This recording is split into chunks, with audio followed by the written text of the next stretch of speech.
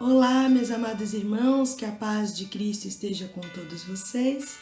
Sejam muito bem-vindos a mais uma Escola Bíblica Dominical, na presença do nosso Senhor e Salvador, Jesus Cristo.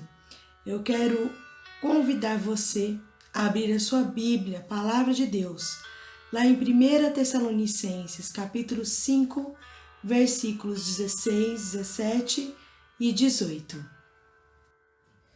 A palavra de Deus nos ensina assim: regozijai-vos sempre, orai sem cessar, em tudo dai graças, porque esta é a vontade de Deus em Cristo Jesus para convosco.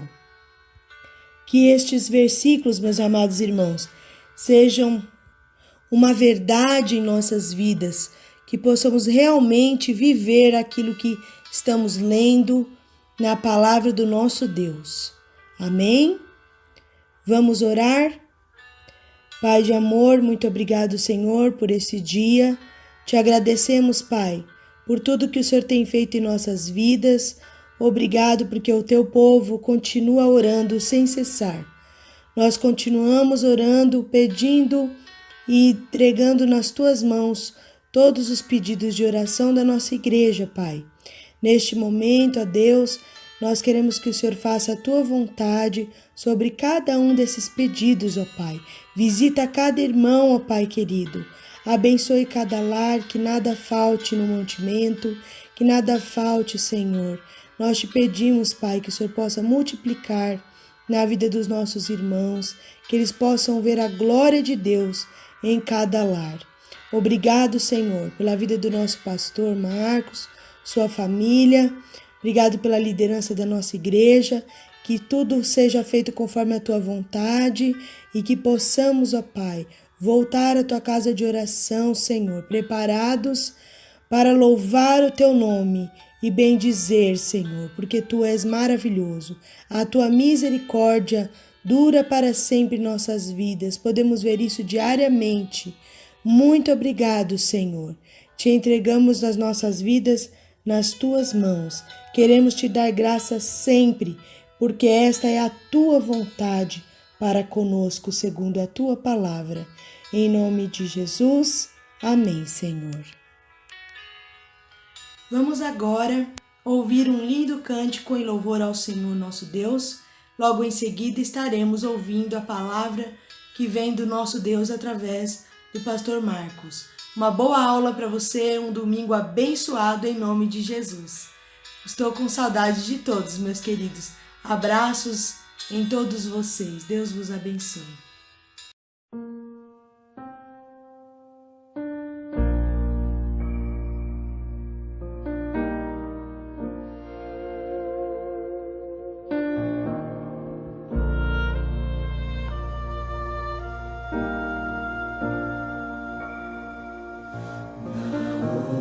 Oração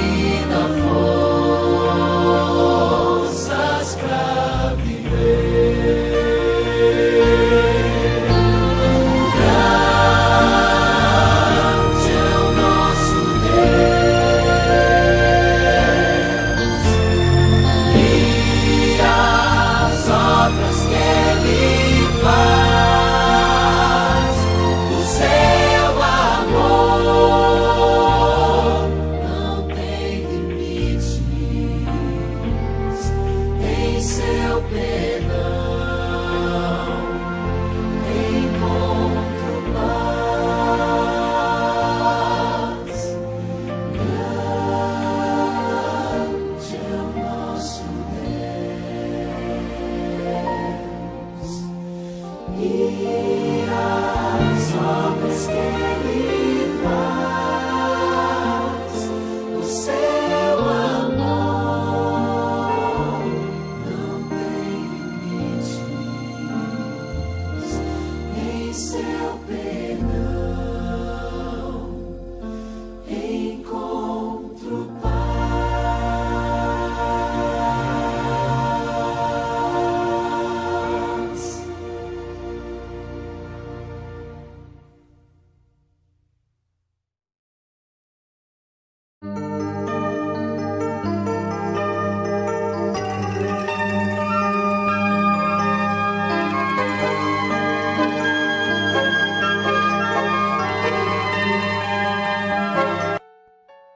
Eu saúdo a todos com a graça e a paz do nosso bondoso e eterno Deus. Estamos aqui novamente para a nossa escola bíblica dominical, para a nossa aula que nós estaremos realizando hoje.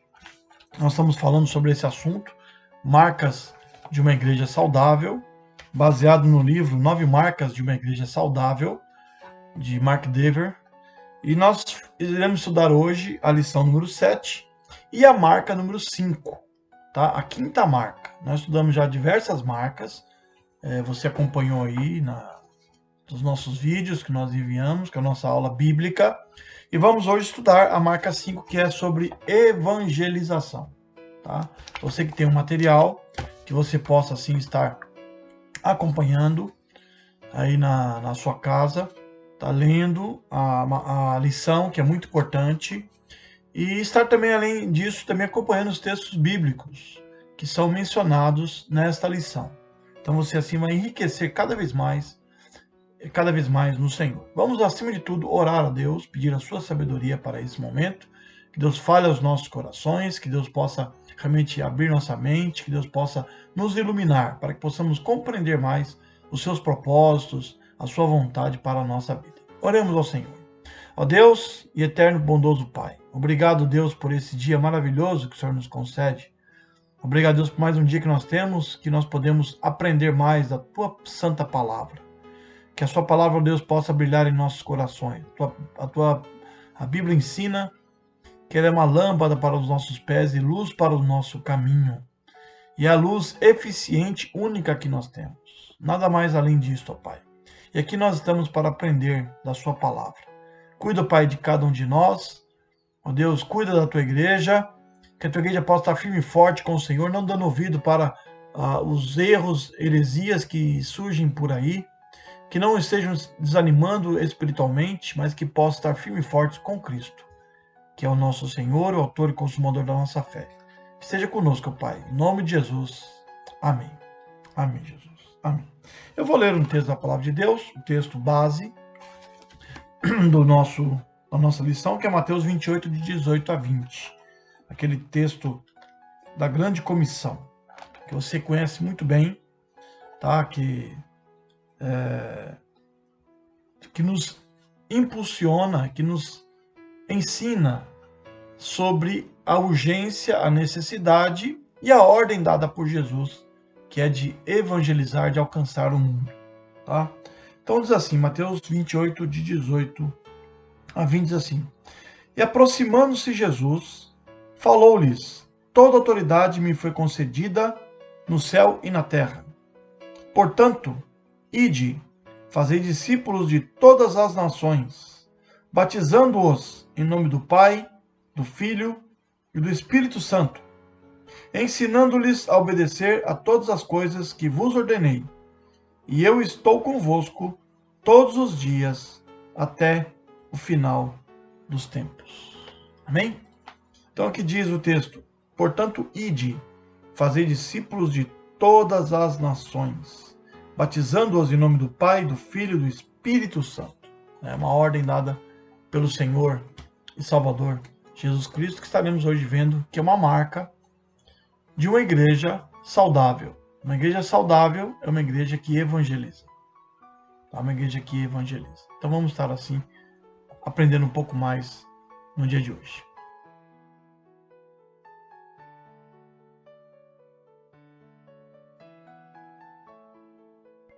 Muito bem. Então o que seria evangelização? O que seria então evangelizar? Essa tarefa tão sublime da igreja, essa tarefa tão importante que a igreja não pode jamais deixar de realizar e deixar de dar importância. Muitas vezes a igreja ela se preocupa com tantas coisas, importantes, é claro.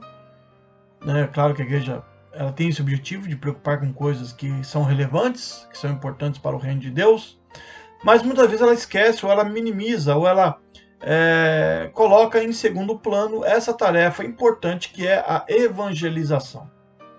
E Jesus, nesse texto que nós acabamos de ler, ele nos ensina essa importância. E ele fala, né, ele aproximou dos seus discípulos, né, e falou, né, para eles que toda autoridade me foi concedida no céu e na terra. Então, ou seja, Jesus aí ressurreto, Jesus aí pronto para subir aos céus e sentar à direita de Deus Pai, como assim aconteceu, depois de ter completado a obra da redenção, que Deus assim havia pré-ordenado, que Deus havia planejado antes da fundação do mundo, como a Bíblia assim nos ensina. Jesus chega ali, se aproxima e mostra para os seus discípulos que Deus que tem toda a autoridade no céu e na terra, porque ele acima de tudo é Senhor, ele é Deus, assim como o Pai, assim como o Espírito Santo, assim como nós cremos, né, na doutrina da Trindade. Nós somos trinitários, né? Nós cremos nessa doutrina que é uma doutrina fundamental. E ele dá uma ordem no versículo 19, portanto, ide, ou algumas versões dizem, portanto, vão, né? Vão, ou seja, a igreja tem que ir, e tem que continuar a obra. O tema do aniversário da nossa denominação, estamos completando neste final de semana 119 anos de existência. O tema principal é a ICEB continua. E como é que a ICEB consegue continuar e persistir e a sua existência nesses 119 anos? Olha, é um tempo considerável. Eu particularmente não vivi todo esse período, claro. Eu tenho 51 anos. Mas 119 anos. Eu tenho mais ou menos, né, em média, de tempo de trabalhando como membro, como pastor, como jovem na ICEB, mais ou menos vamos colocar aí quase mais ou menos 30 e talvez 35 anos, mais ou menos. Eu passei minha vida praticamente ligado à ICEB. Eu passei um período, claro, na Convenção Batista Brasileira, tive a honra de trabalhar entre os batistas. Eu me formei no Seminário Batista, vocês devem ter ciência disso, né? Eu na realidade, a minha história é bem interessante, que eu passei por 3 grupos históricos, tradicionais, protestantes, que trabalham já há muitos anos com a pregação do Evangelho. Eu me converti a Cristo, na realidade, na Igreja Metodista do Brasil. Eu era ainda garoto, bem pequeno, tinha meus 11 para 12 anos de idade, quando eu realmente me entreguei a Cristo. Minha família não era convertida, minha família não era evangélica, somente eu.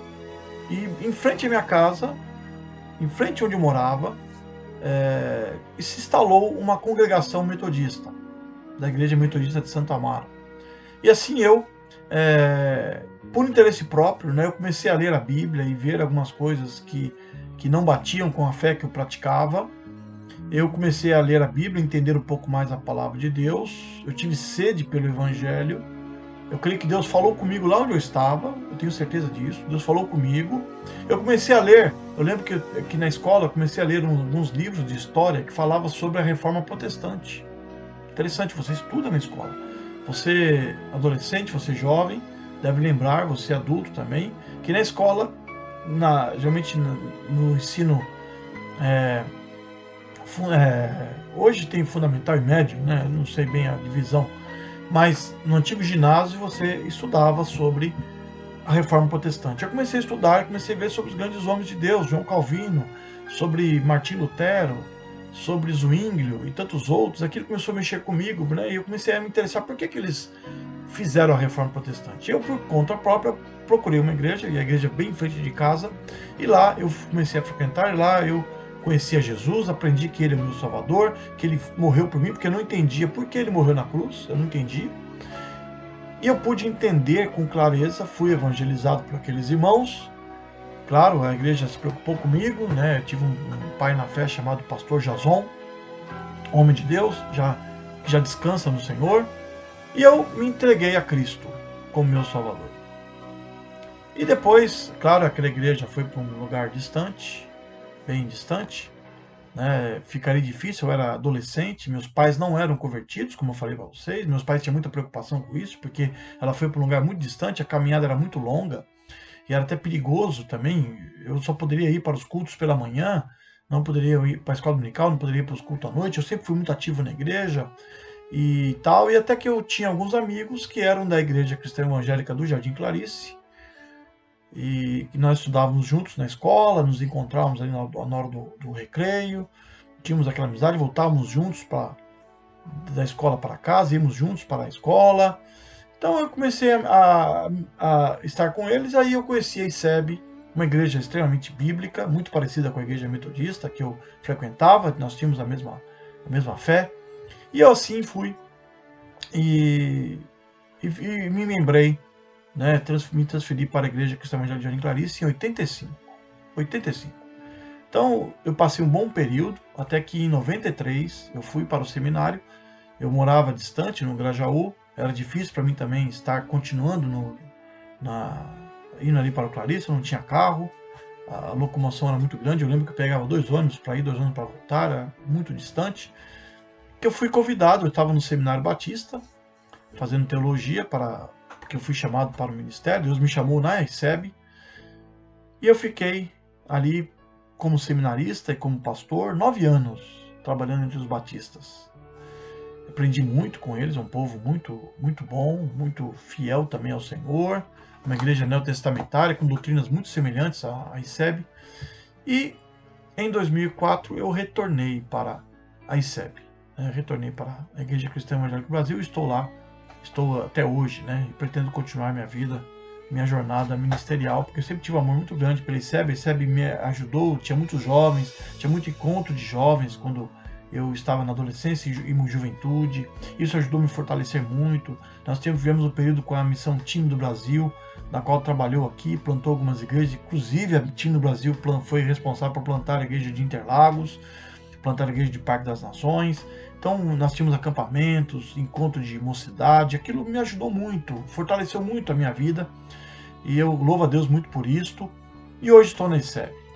Então, ou seja, nós completaremos 119 anos de existência, estamos completando esse mês.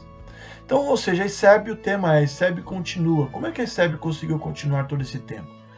Porque foi uma igreja que também procurou ser uma igreja saudável, uma denominação saudável. Eu entendo a ICEB, claro que nós temos algumas dificuldades, né? Não somos perfeitos, nenhuma denominação é perfeita, porque só existe, como eu tenho falado para vocês e falei no início dessas aulas, só existe uma única igreja, a Igreja de Cristo, na qual foi lavada e remida no sangue do Cordeiro, formada por aqueles que são salvos, independente da sua denominação, né, da sua placa. Nós somos salvos não pela igreja, não é a denominação que salva, mas Jesus Cristo que salva. Mas nós somos uma igreja saudável, por quê? Porque nós seguimos e procuramos seguir essas marcas. E esse assunto que nós estamos estudando, a ICEB tem se preocupado muito, incentivado aos pastores a passar esse material para as igrejas, para que possamos ter igrejas saudáveis. E a quinta marca é a marca da evangelização. Nós estudamos a última aula sobre conversão, estudamos sobre o Evangelho, que o Evangelho é o poder de Deus para todo aquele que crê, né?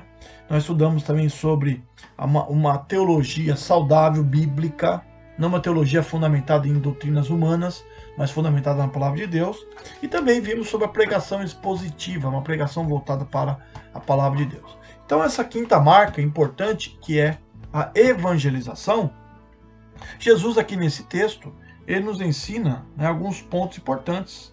Ele fala, ide, ele nos dá uma ordem, uma comissão, né, aqui esse texto é chamado a Grande Comissão, fomos comissionados por Deus para ir e pregar o Evangelho, alcançar pecadores, né? Então ele fala, ide, e ele dá uma ordem aqui, batizando-os em nome do Pai, do Filho e do Espírito Santo, em nome da Santíssima Trindade.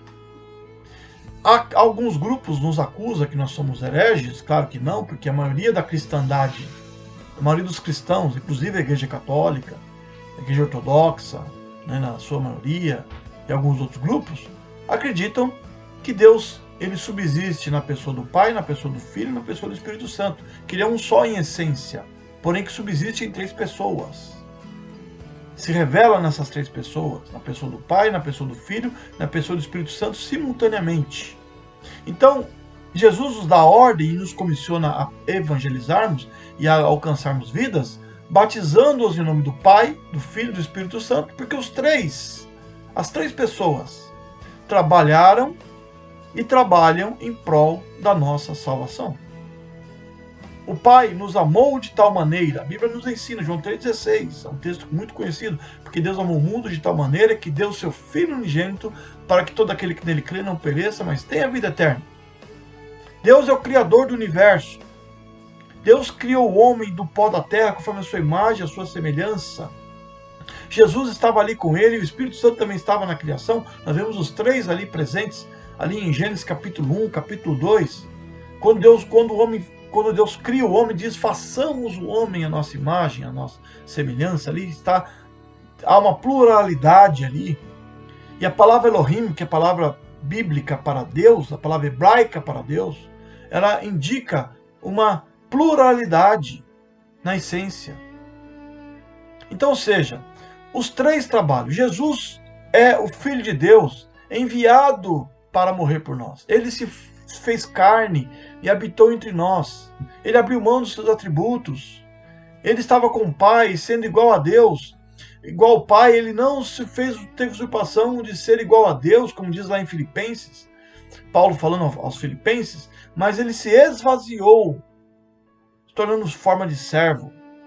E o Verbo se fez carne e habitou entre nós, como diz João capítulo 1. Ou seja, Jesus morre numa cruz pelos nossos pecados, mas ele ressuscitou ao terceiro dia, como diz aqui o texto, e esse texto aqui mostra, capítulo 28 fala sobre a ressurreição, que Cristo ressuscitou dentre os mortos, e depois ele comissiona os seus discípulos. E o Espírito Santo, que é o Consolador, prometido por Cristo, lá no Evangelho de João, Cristo fala sobre isso, que ele é o outro Consolador. Vamos ver um pouco esse texto, vou ler para vocês. João 14, 16, 15, 16 diz assim: se me amardes, obedecereis aos meus mandamentos, e eu rogarei ao Pai, e ele vos dará outro Consolador, para que fique para sempre convosco.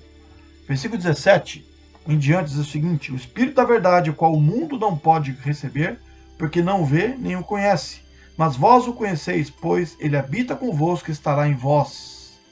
Estará em vós. Então o Espírito Santo, nosso Consolador, ele realmente estará conosco, e estará em nós.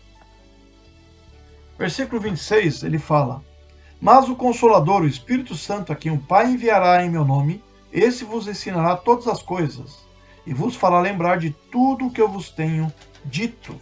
Depois, no capítulo 16, ele fala a missão do Consolador, do Consolador. Versículo 13, ele diz, 16, versículo 13: quando, porém, vier o Espírito da verdade, ele vos conduzirá a toda a verdade, e não falará de si mesmo, mas dirá o que tiver ouvido, e vos anunciará as coisas que hão de vir. Ou seja, o Espírito Santo trabalha, ele nos convence do nosso pecado. O Espírito Santo é o nosso Consolador, o nosso ajudador. Ele nos santifica, ele nos capacita para o serviço, ele nos reveste com poder. Então, ou seja, falando de evangelização, voltando para Mateus capítulo 28, que é o texto que nós estamos, que é o texto base da nossa lição de hoje. Então ele fala assim, para batizar nesses 3 nomes, né, em nome do Pai, do Filho e do Espírito Santo.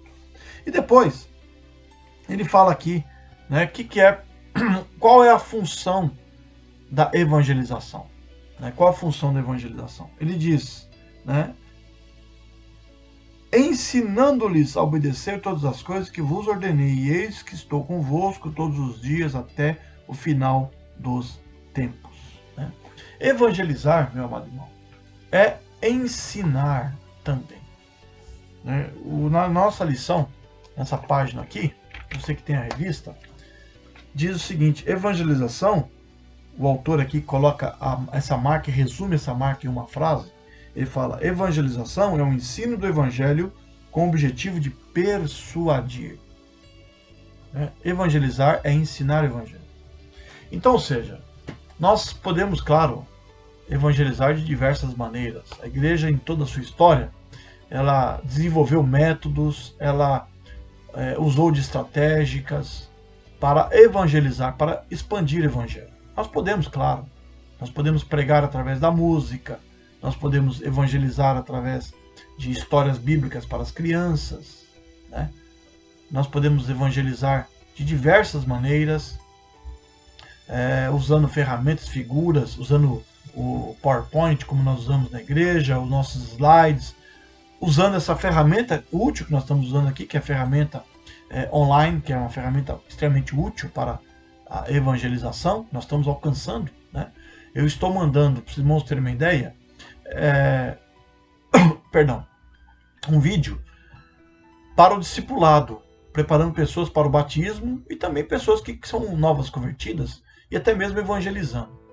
E nós temos basicamente 3 pessoas que vão se preparar para esse passo importante, que estão inscritas no discipulado. Só que eu tive reparando, eu coloquei no meu canal do YouTube, depois você pode consultar, canal PR Assis, é meu canal do YouTube, procura lá, você vai achar esse canal. Eu tenho colocado algumas aulas da EBD que eu passei também, vou colocar outras, né? A questão é o tempo, que é muito limitado.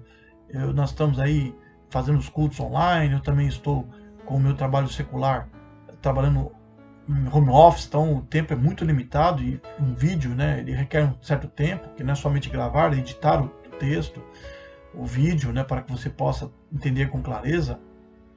Mas nós tivemos 15 visualizações. E essas aulas são evangelísticas. Então nós podemos usar essa ferramenta. Hoje, as redes sociais, elas não são só para bater papo e jogar conversa fora. Nós usamos muitas vezes a rede social, em grande parte do tempo, para jogar conversa fora, mandar uma mensagem para um, mandar um vídeo engraçado para outro, né? Piadas e sei lá, coisas muitas vezes que até não agregam a nada. Eu confesso para os irmãos que muitas mensagens de vídeo, de brincadeira, eu até descarto, nem procuro gastar meu tempo é muito limitado. Eu procuro realmente olhar as mensagens que são mais relevantes para a nossa vida, né? De amigos nossos, motivos de oração, informações importantes até do meu trabalho, com relação à igreja e tudo mais. Mas nós podemos usar esse meio. Então, evangelizar, acima de tudo, nós temos que entender que é ensinar o próximo. Muitas vezes nós pensamos que evangelização é somente pegarmos o folheto, sairmos na rua, entregarmos e pronto, acabou, dizer: "Oh, Jesus te ama". Pronto. Isso é importante? Com certeza. Não pense você que é uma ferramenta inútil. Muitos até desprezam, falam: essa ferramenta ninguém mais quer saber de folheto. Eu não vou entregar folheto não, ninguém lê, o pessoal joga fora. Muitas vezes a pessoa pega um folheto na mão, ela joga fora, ou deixa em cima do banco no ônibus, ou deixa num canto lá, numa praça. Alguém pode pegar e ler. Já vi relatos assim. Ou você pode entregar um folheto para uma pessoa e a pessoa está tão preparada para receber o evangelho, porque quem prepara o terreno é o Espírito Santo, meu irmão. Saiba disto. Quando nós evangelizamos, quem vai à frente, abrindo portas, preparando o caminho, preparando o terreno, é o Espírito Santo. Porque a palavra de Deus, a Bíblia nos ensina que ela é uma semente que nós temos que lançar sobre a terra. E o mundo em geral é uma seara que está pronta para a colheita. Então, quem prepara o terreno, quem dá condições para que nós possamos fazer essa colheita, é o Espírito Santo de Deus. Não sou eu. Quem convence o pecador não sou eu, é o Espírito Santo de Deus. Para que ele possa entender que Deus, o Pai, amou o mundo de tal maneira que, por mais que o homem pecou e desobedeceu a Deus, escolhendo ouvir a Satanás, por mais que o homem despreza Jesus e muitas vezes acha que ele é um auxiliar para a salvação, mas não o fundamental para a salvação, Jesus veio e morreu por toda a humanidade. A Bíblia assim nos ensina. E nós temos que pregar isto e dizer que só ele é o único caminho. A Bíblia assim nos ensina também. João capítulo 14, versículo 6 diz que Jesus Cristo é o caminho, a verdade e a vida. E quem prepara esse terreno é o Espírito Santo de Deus. Então a igreja tem que andar sob a direção do Espírito Santo. Porque ele vai, além de preparar o caminho, vai nos direcionar para onde nós iremos evangelizar, aonde o campo está branco para a colheita. Que muitas vezes nós pensamos em ir para um lugar e Deus nos manda para outro. Deus nos direciona para outro. Aconteceu vários casos assim no Novo Testamento, no livro de Atos. O livro de Atos, que ele é chamado de Atos dos Apóstolos, segundo os estudiosos da Bíblia, ele deveria ser chamado de Atos do Espírito Santo, porque quem conduziu e quem agiu ali é o Espírito Santo de Deus. Ele que convenceu, ele que usou Pedro para pregar para aquelas mais de 3.000 pessoas que se converteram e foram batizados ali no dia do Pentecostes. Ele que usou Paulo para pregar o evangelho em vários lugares, Filipe quando pregou para o eunuco, e assim outros que pregaram o evangelho, Estevão e tantos outros, né, que pregaram o evangelho, né, Barnabé. Nós vemos o Espírito Santo agindo através da igreja de Cristo. Então isso é fundamental nós entendermos. Então, voltando para o nosso assunto, para a nossa lição, o autor aqui diz que evangelização é o ensino do evangelho com o objetivo de persuadir. Né? Persuadir. Aqui diz, né, na introdução, tem uma frase importante que eu queria deixar para vocês, né? Que sem um entendimento bíblico da conversão e da evangelização, um membro da igreja será inútil em completar a missão da igreja em fazer discípulos. Se nós não entendermos, meus amados irmãos, a importância da conversão, o que nos impulsiona a evangelização? Primeira pergunta é uma pergunta fundamental. O que é que nos impulsiona para evangelizarmos? Primeira coisa, a realidade do inferno. O inferno não é brincadeira, meus amados. O inferno existe. O inferno existe. A Bíblia nos ensina que o inferno foi feito para o diabo e seus anjos, porque eles pecaram lá no início. Eles que quiseram ser maior do que Deus, e Deus os condenou ao inferno eterno. Não há salvação para o diabo, não há salvação para os seus anjos que caíram, não há. Eles não têm como se arrepender. Se você um dia ouvir uma mensagem como esta, descarte. Não há salvação para eles. Não há.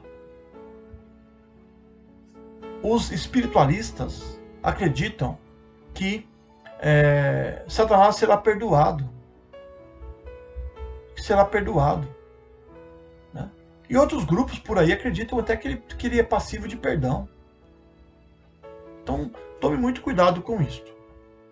Para que possamos nos cuidar, né, e estarmos atentos a isto, Mateus capítulo 25, versículo de número 34 em diante, Jesus fala sobre a vida eterna e o castigo eterno. Então, ou seja, a Bíblia mostra que só há duas opções. Ou a salvação eterna, o lar celestial, ou o fogo eterno, também chamado de inferno eterno, de Hades, ou de Tártaro, ou de Guerrena. A Bíblia assim trata alguns nomes. Isso é um assunto para uma outra aula, tá? Depois quero ver se eu preparo uma aula sobre isso, melhor para nós entendermos biblicamente o que é realmente esse lugar de condenação eterna, tá bom? Mas ele diz no capítulo 25, versículo 34 de Mateus, o mesmo texto que nós estamos estudando no dia de hoje. Então o rei dirá aos que estiverem à sua direita: Vinde, benditos de meu Pai, possui por herança o reino que vos está preparado desde a fundação do mundo. Olha só, né? Jesus Cristo falou que vai ser para um para a direita e outro para a esquerda. Os que estiverem à sua direita vai dizer: Vinde, benditos de meu Pai, possuir esse reino, esse lugar tão maravilhoso, preparado antes da fundação do mundo. Então o céu, para onde nós iremos, aqueles que creem em Jesus como seu único e suficiente Salvador, a Bíblia assim nos mostra, está preparado, meus irmãos, antes da fundação do mundo. Deus sabia todas as coisas, sabia que o homem iria pecar, sabia que nós iríamos nascer. Deus conhece tudo, todas as coisas. E Deus proveu a salvação para cada um de nós. E depois ele fala no versículo 41, olha só que triste que diz aqui, né? Então ele dirá também aos que estiverem à sua esquerda: Malditos, afastai-vos de mim para o fogo eterno, preparado para o diabo e seus anjos. Então o inferno, meus irmãos, o local de condenação, foi preparado não para o homem, mas para o diabo e seus anjos que desobedeceram a Deus e que não têm salvação. Então a Bíblia mostra, e há inúmeros textos que falam sobre o inferno, a realidade do inferno. Jesus, quando comissionou Pedro e os seus discípulos, quando ele falou que haveria de edificar a igreja, ele falou assim para Pedro: Tu és Pedro, e sobre esta pedra, Jesus, né, que é a pedra principal, edificarei a minha igreja, e as portas do inferno não prevalecerão contra ela. Não quer dizer, meus irmãos, que o inferno está vindo atacar a igreja, não é isso. Mas a igreja que avança, a igreja que vai avançando com a sua evangelização, alcançando pessoas, e o inferno não resiste. Porque a Bíblia nos mostra que quem está sem Deus, sem Cristo, o resultado é a condenação eterna, não tem outro meio. Não adianta a pessoa querer ser bonzinho, querer, ser dizimista, querer ser religioso, querer agir com boas ações, né, fazer obras de caridade, que eu vou ser salvo. Não é isso que a Bíblia nos ensina. A Bíblia não ensina isso. Nós estudamos na semana passada, e vamos voltar para esse texto lá de Efésios, capítulo de número 2. É um texto também fundamental para estarmos aí aprendendo mais sobre a questão da evangelização e da salvação. Tá? Efésios, capítulo de número 2, eu vou ler para vocês novamente esse texto, tá? Diz assim: Ele vos deu vida, estando vós mortos nas vossas transgressões e pecados, nos quais andastes no passado, no caminho deste mundo, segundo o príncipe do poderio do ar, do espírito que agora age nos filhos da desobediência. Versículo 3: Entre os quais todos nós também, antes andávamos, segundo os desejos carnais, fazendo a vontade da carne e da mente, e éramos por natureza filhos da ira, assim como os demais, né? E literalmente, no grego, ele quer dizer o seguinte: destinados à ira. Nós vivíamos segundo a carne, os pensamentos, né? Segundo o príncipe deste mundo, segundo os três inimigos da nossa vida, o mundo, a carne e o diabo, e éramos destinados, o nosso destino é a ira, a condenação eterna, destinados a ouvir aquilo que Jesus diz aqui em Mateus, capítulo de número 26, 25, que diz: malditos. Então, quem está em Cristo não é maldito, mas é bendito, como diz aqui o texto, né? Vinde benditos de meu Pai. Há uma teologia muito estranha que surgiu no seio da igreja evangélica e que aí foi disseminada, e muitos por aí até acreditam, que se chama maldição hereditária. Uma teologia totalmente diabólica, não é cristã, diabólica, cuidado, da qual diz que o crente pode receber sobre si uma maldição. Então, se você falar para o seu filho: não pule o muro, menino, você vai cair, o menino cair, é porque você lançou uma maldição sobre ele. E há crentes que pensam assim. Há crentes que pensam dessa maneira. Mas a Bíblia nos ensina que Cristo levou sobre si toda a maldição. Cristo levou sobre si os nossos pecados. E quando eu aceito a Jesus como meu Salvador, eu passei a ser bendito, não maldito. Eu sou pecador, com certeza, eu tenho em mim a natureza do pecado, mas eu sou, a partir de agora, bendito de meu Pai. Então essa doutrina rejeite, meu irmão. Essa doutrina de maldição, que o crente pode decretar uma maldição para alguém, isso é coisa do Antigo Egito. Você sabia que o povo egípcio, até hoje, eles têm medo de maldição? Se você falar para ele, eu vou te amaldiçoar, eles tremem de medo. Eu conheci um missionário que foi para o Egito e que se você falar isso para um egípcio, ele treme de medo. Porque isso vem desde lá do Antigo Egito, que eles lançavam maldição um contra o outro.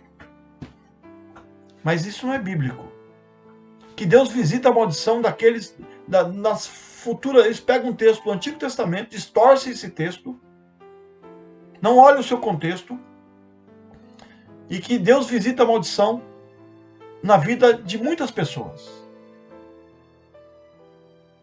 Temos que tomar muito cuidado com isso. Muito cuidado com isso. Porque a Bíblia mostra que nós somos benditos de meu Pai. Maldito aquele que rejeita Jesus, que não quer saber de Deus, não ouve a voz do Espírito Santo e não aceita Ele como seu único e suficiente Salvador. O seu destino, infelizmente, é o inferno eterno. Então, se você ainda não se decidiu por Jesus, que você possa entregar a sua vida e o seu coração a Jesus Cristo, porque Ele oferece a salvação gratuita. Lá no texto de Efésios que nós lemos, capítulo 2, versículo 8, Paulo diz: pela graça sois salvos mediante a fé, e isso não vem de vós, é dom de Deus. A salvação é um presente, Deus nos dá esse presente gratuito, basta você receber ou não. Então que Deus possa te abençoar, amém?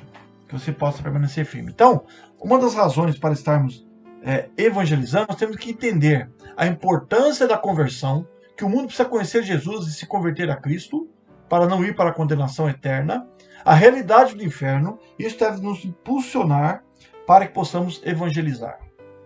Há uma outra teologia também muito estranha, que é a questão uma doutrina chamada universalismo, que diz que no final das contas, que o inferno não será eterno, que as pessoas ficarão ali um tempo se purificando, e depois Deus vai salvar todo mundo e tudo vai acabar em pizza, como nós, assim, essa linguagem que nós conhecemos aqui no Brasil, né, que tudo aqui muitas vezes acaba, na política, nós sabemos que tudo acaba terminando em pizza, né, que é bem por aí que acontece. Mas não é bem assim. A Bíblia diz que só há dois caminhos, um que leva para o céu e outro que leva para o inferno. O caminho que leva para Deus é estreito, penoso, difícil, mas o caminho que leva para a perdição é largo, espaçoso, atraente. E muitos são aqueles que estão indo por esse caminho. Então isso deve nos impulsionar para evangelizar. Então o primeiro ponto, né, que o autor coloca aqui: por que devemos evangelizar e por que não fazemos? Tá? Nós devemos evangelizar, como eu falei, porque é a ordem de Jesus, é a necessidade do mundo, né? E muitos precisam ser salvos. Por que não fazemos? Né? Aqui tem alguns pontos importantes, queria que você depois lesse na revista. Importante, tá? Que você leia para que você possa assim aprender. Primeiro, vai causar problemas. Se nós sairmos para evangelizar, as pessoas vão nos xingar, as pessoas vão rejeitar nossa palavra, vão jogar fora o nosso folheto, vão nos chamar de fanáticos, vão nos chamar de prosélitos. Ah, pastor, não vou não. Ah, sei lá, alguém pode nos agredir, vai soltar os cachorros em cima de nós, né? Então eu não vou. Para que eu vou evangelizar? Ou seja, segundo, tenho vergonha. Ah, pastor, eu não vou não, porque as pessoas vão rir de mim, eu não sei falar. Vocês lembram de Moisés? O que Deus falou para Moisés? Vai lá e fala com o faraó. Deixa meu povo ir. O que faraó fez? O que Moisés fez? Senhor, eu não sei falar. Eu sou gago, eu não sei, eu não consigo me expressar. Deus falou para Moisés: quem fez a boca do homem? Então não tenha vergonha, meu amado irmão. Tá? Não tenha vergonha. Tá? Paulo diz para Timóteo, 2 Timóteo 1, 7 a 8, ele fala: porque Deus não nos deu espírito de covardia, mas de poder, de amor e de moderação. Portanto, não se envergonhe do testemunho de nosso Senhor. Né? Não se envergonhe do testemunho do nosso Senhor. Paulo também diz, né, em outro texto, não me envergonhe do evangelho de Cristo, porque é poder de Deus para a salvação de todo aquele que crê.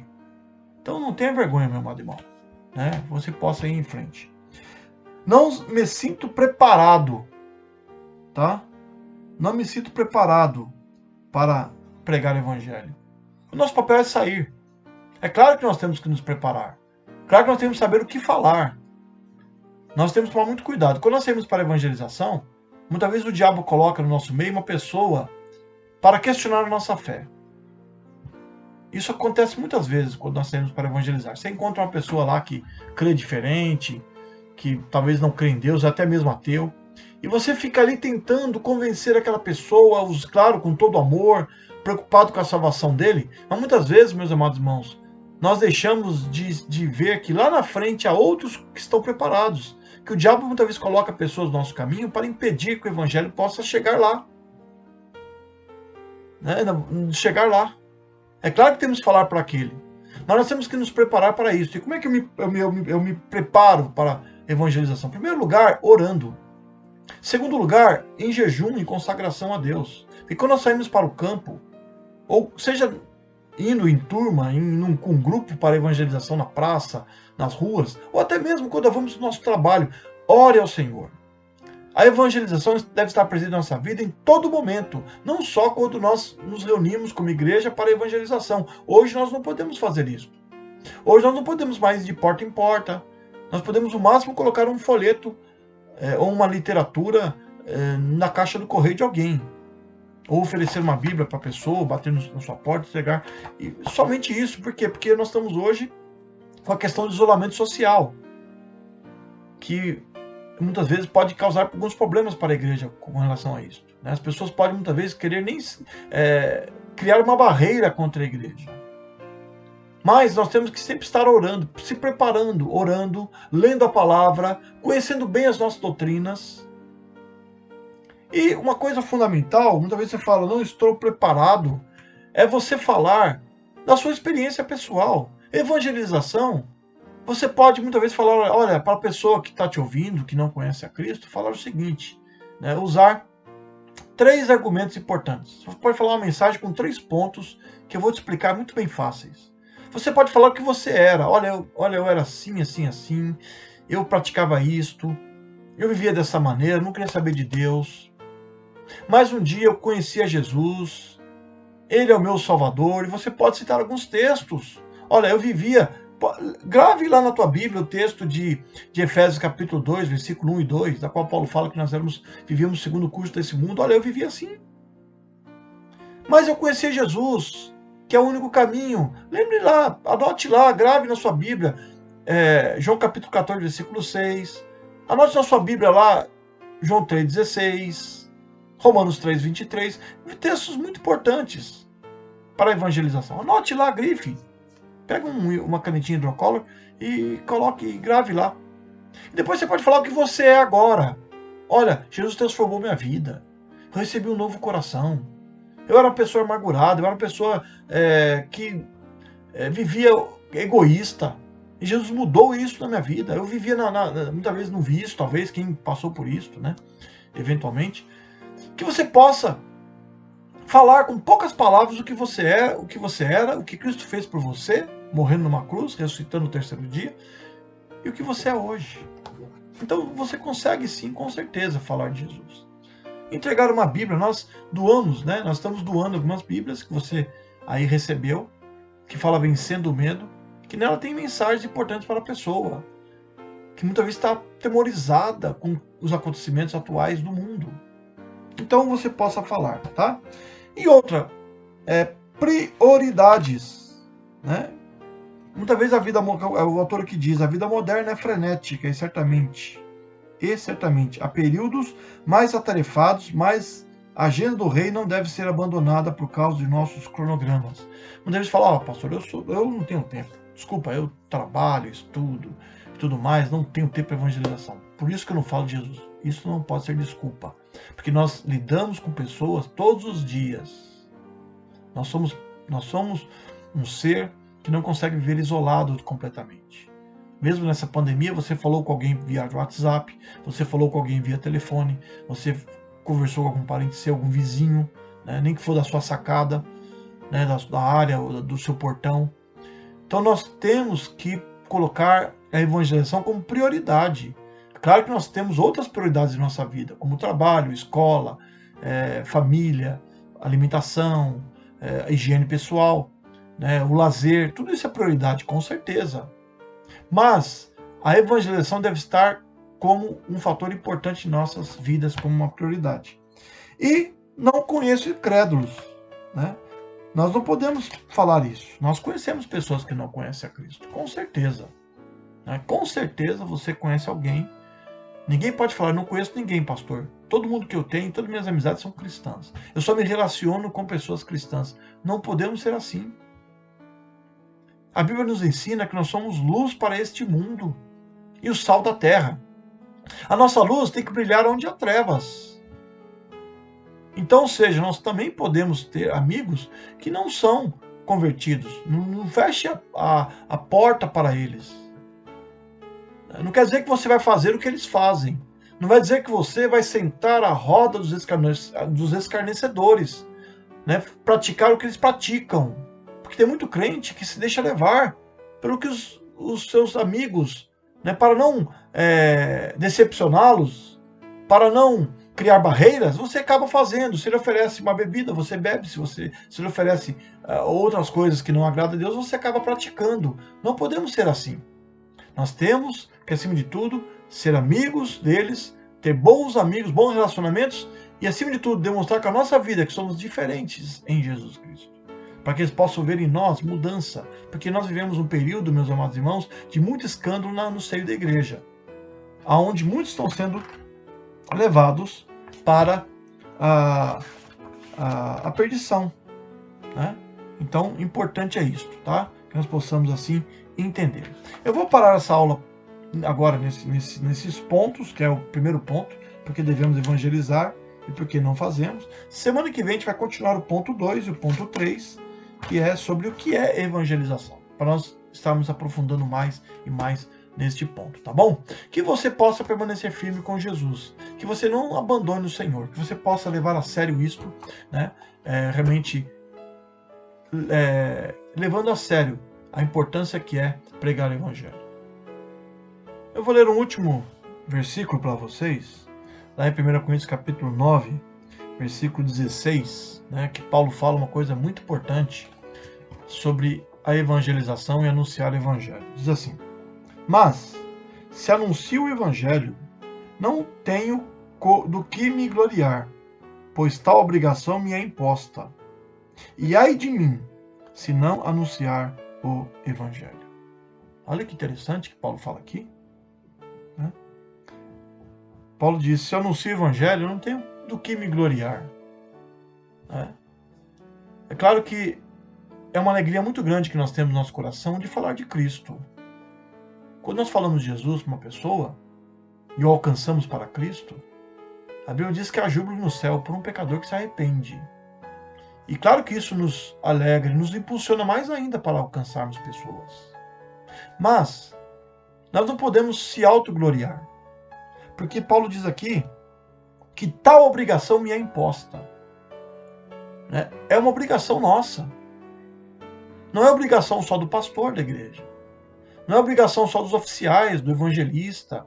Mas é obrigação de todo crente. Todo crente. E Paulo diz, ai de mim, se não anunciar o Evangelho. Ai de nós, meus irmãos. Ai da igreja. Porque Deus há de cobrar a igreja no último dia. No juízo final. Deus há de cobrar. Vidas que morreram sem conhecer Jesus. Da qual nós não falamos de Cristo. Semana que vem eu vou falar um pouco mais sobre isso. Tá bom? Vou ler um texto para vocês muito importante. Que Deus te abençoe. Deus abençoe a sua família, a sua vida. Que Deus nos fortaleça mais e mais. Deus nos dê graça e nos dê força para que possamos cumprir cabalmente a sua comissão de levar o Evangelho ao perdido, ao pecador. Amém? Espero você na próxima aula. Espero que você possa permanecer firme. Não deixe de ler, tá? Não deixe de estudar essa lição. Eu creio que a maioria da igreja já recebeu o material, tá? Se você não recebeu ainda, entre em contato comigo, tá bom? Que você possa, assim, aprender e, acima de tudo, né, estudar a sua palavra, que é a verdade. A sua palavra, né, que você não deixe de ler a Bíblia todos os dias, que você possa meditar e aplicar na sua vida, dia após dia. Que Deus te abençoe. Vamos orar ao Senhor, encerrando assim a nossa aula. Amado Deus e eterno Pai, obrigado por esse momento, por esse dia maravilhoso. Perdoa, Pai, os nossos pecados, abençoa a Tua igreja, abençoa a nossa comunhão. Possamos, Pai, realmente permanecer firmes e sermos uma igreja saudável. Que a Tua palavra que nós aprendemos nesse dia, Pai, possa ser importante para o nosso crescimento e possa nos impulsionar à evangelização, Pai. Cuida de nós. Obrigado. Em nome de Jesus. Amém. Amém. Fique com Deus. Nos vemos no nosso culto.